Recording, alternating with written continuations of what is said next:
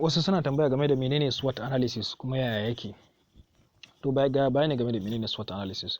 SWOT analysis yana nufin S din tana nufin strength. Strength kuma yana nufin karfin abu. Ana amfani da SWOT analysis a wurare da yawa, business, abubuwan rayuwa, ni wani abu ba wani ma duk abin da zai yi amfani da SWOT analysis ya gano a kasan shi, wato shine weakness karfin shi, strength karfin shi, W weakness na kasan shi, O opportunity damar shi, T threat kuma barazanar abin. Wato strength, weakness, opportunity, threat. Karfi na kasu, dama da kuma kalubale. Wannan shine abin da SWOT analysis yake magana a kai. So idan muka zo nan wurin zamu ga menene ya zamu tsara SWOT analysis. Misali kowane daga cikin su zaka bashi wani abu daga ciki, like mu ce S shine 60%, W weakness kenan 20%, opportunity 55%, sannan threat 45%. Kar ka tsara wani abun kawai da ka tabbatar da ka yarsa kai kafin ka tsara shi.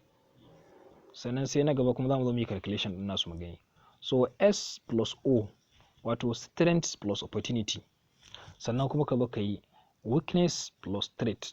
Wato strength da opportunity su ake so su kasance sun fi rinjaye a abin. Ka gane ko? Saboda karfin abinka da dama da ka samu akan wani abin shine kwarin gwiwarka. Su ake so su fi yawa. Wannan kuma sare ma gwiwa za su yi weakness da kuma threat.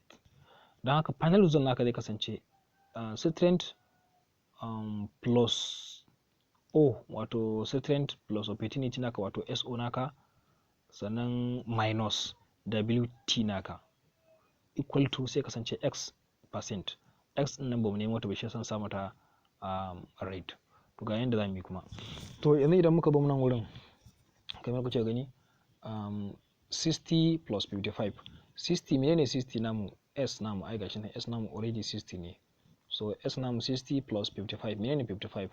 O namu 55 ne. So kaga 60 plus 55 ya ba mu 115. Then sai mu zo mu yi W plus T. W menene W? W is 20%. So 20 sai mu ce plus 47 menene 47? 47 T ne threat. So abin da ya ba mu nan wurin shine 20 plus 47 kaga mun samu 67 kenan. So 67 wannan kenan abin da ya ba mu a W plus T. So anan wurin abin da zamu yi shine final result shine zamu hada akan cewa 115 minus 67 kaga mun samu 48%. So abin da ya samu ka samu 48% anan wurin saboda a gaskiya strength namu da opportunity namu ba su da karfi sosai. Just 60 and 55%. 115% wanda kuma ba a so a samu out of 100%, out of kaga kenan abin da yake nufi a nan wurin kenan out of 200% an samu 115. Kaga yayi kasa sosai. Dalilin da ya samu ka samu wannan kenan. Abin da yake so a samu shine kasance yayi sama sosai ta yanda zai ba mu karfi. Wannan karfin da ka samu final din da kake gani a nan wurin shine 48%. Abin da yake so a samu a wajen final shine ya kasance yafi 50% at least. Shi ne abin da ake so a samu. Akwai different ways da ake seta SWOT analysis.